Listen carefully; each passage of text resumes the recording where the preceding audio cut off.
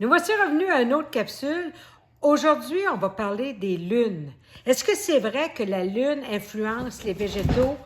C'est le chat qui vient de passer. Influence les végétaux. Et puis, qu'est-ce que nos grands-parents en disaient?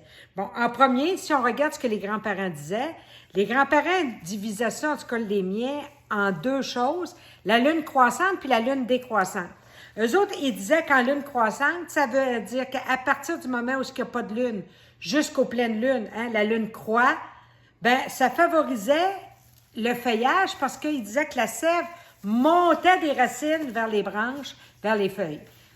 Le principe inverse, quand la lune décroissait, ça veut dire à partir du pleine lune jusqu'au moment où il n'y a plus de lune du tout, on est en lune décroissante, il disait que là, ça favorisait de faire de la racine. Donc, il disait ça.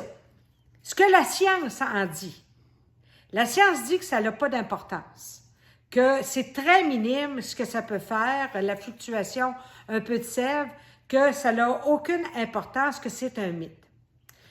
Qu'est-ce que moi j'en pense?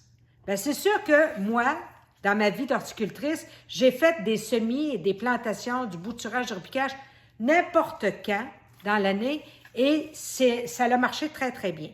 Mais je vais vous avouer que quand je travaille dans mon jardin à moi, quand je sème, exemple, mes carottes, mes fèves, que je replante mes tomates, j'entends encore dans ma petite oreille la voix de mes ancêtres qui me dit « Tout ce qui vient et qui donne les graines en fleurissant, exemple, les radis, les salades, ainsi de suite, on va les planter quand on est dans le croissant.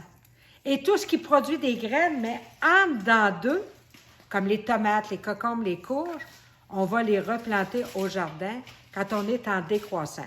Mais la science nous a dit que c'est un mythe. Alors, je vous laisse trouver vous-même la réponse. Bye bye!